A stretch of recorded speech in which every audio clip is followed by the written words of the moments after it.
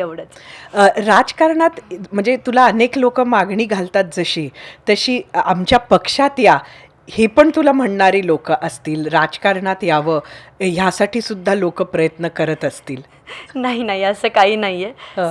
म्हणजे सध्या तरी असं कोणी काही बोललं नाही आणि असं काही नाहीये ह्या गोष्टी.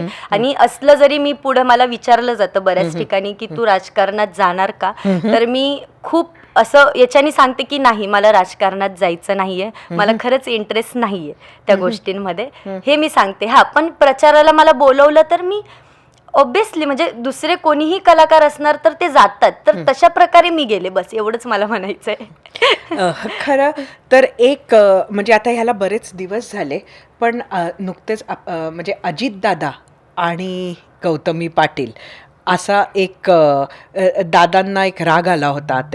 तक्रार केली होती कोणीतरी पक्षातून तुझी. अनेक कार्यकर्ते तुझं शो ठेवायचे आणि मग महिला कार्यकर्त्यांनी कोणीतरी तक्रार केली होती. अजितदादांनी असं निक्षून सांगितलं होतं की कोणी आता गौतमी पाटीलचे शो ठेवायचे नाही. मग नंतर काय झालं माहिती नाही, पण दादा कधी कधी आपल्या कार्यकर्त्यांना दम पण द्यायचे, पाटलींबाईला बोलवू का काय नक्की.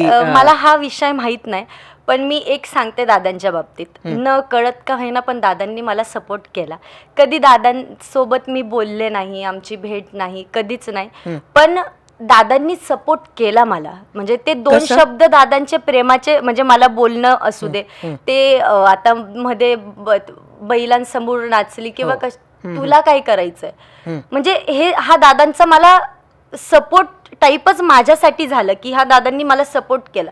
हे बरोबर आहे, लोकांनी बरंच मला ट्रोल केलं, काय केलं, मग दादांनी त्याच्यावर उत्तर दिलं आणि दादांनी प्रत्येक कलाकाराला म्हणजे सपोर्ट केलाय, प्रत्येक कलाकाराला दादांनी जीव लावलाय. पण दादांना कधी भेटायची वेळ नाही आली, त्या गोष्टीची खूप खंत आहे.